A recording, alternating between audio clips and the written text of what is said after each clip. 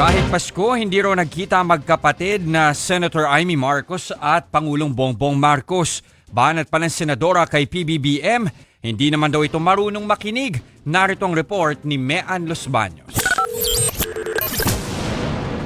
Matagal nang may lamat ang relasyon ng magkapatid na Senator Amy Marcos at Pangulong Bongbong Marcos. Mismong ang senadora pa nga ang nag-akusa noon kay Pangulong Marcos na gumagamit daw ng iligal na droga. Sagot dyan ni PBBM noon, "That lady that you see talking on TV is not my sister." Nagpasko at bagong taon na pero mukhang hindi pa rin sila nagkikibuan. Sabi ni Senator Amy, hindi sila nagkita ng Pangulo noong Pasko. Malungkot nga lang kasi hindi nga nagtitipon-tipon. Ano ang message ko sa aking kapatid? 2 taon na lamang at talagang pinaglaban natin to. Sayang naman at nauwi sa ganito. Mahirap magpadala ng message hindi masyado nakikinig.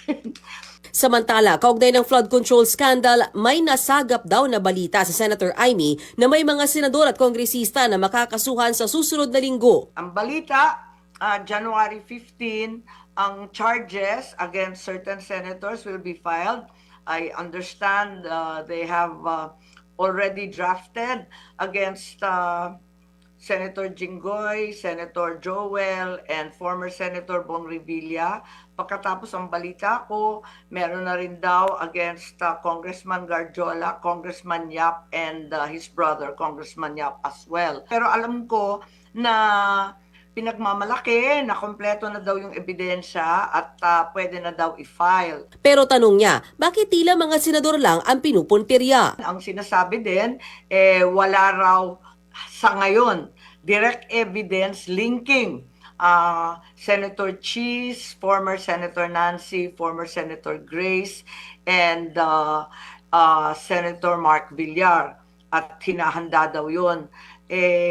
Bakit naman ganito lahat ng senador? Akala ko yung flood control ang pinagmulan doon sa Kongreso at sa Speaker's Office, sa small BICAM. Bakit nauwi sa Senado? Parang sobrang diversion na to.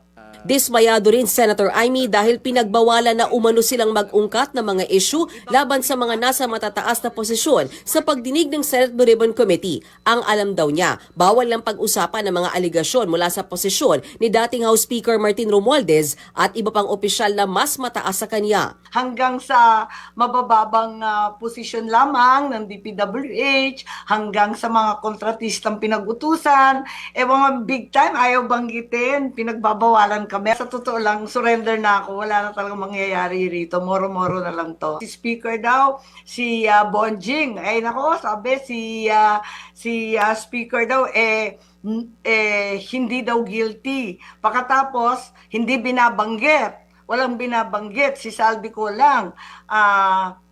Parating hindi binabanggit yung mga taga-palasyo kahit lumilitaw ang pangalan nila. Bukod dyan, nabalitaan din daw ni Senator Amy na bubuwagin na ang ICI sa February 1. Sabi naman ng ICI, wala pa raw silang natatanggap na impormasyon o notice mula sa Malacanang tungkol dito. Nagbabalita mula sa Frontline, Mean Los Baños, News 5. Mga kapatid, ako po si Ruth Cabal. Dito tayo sa totoo, dito tayo sa True FM. Mag-follow at mag-subscribe din po kayo sa aming social media accounts at True Network PH. Diyan po yan sa aming X na dating Twitter, sa FB, sa Instagram, sa YouTube, sa TikTok at sa mga podcasts. At syempre, tutok din po kayo sa Signal True TV Channel 19.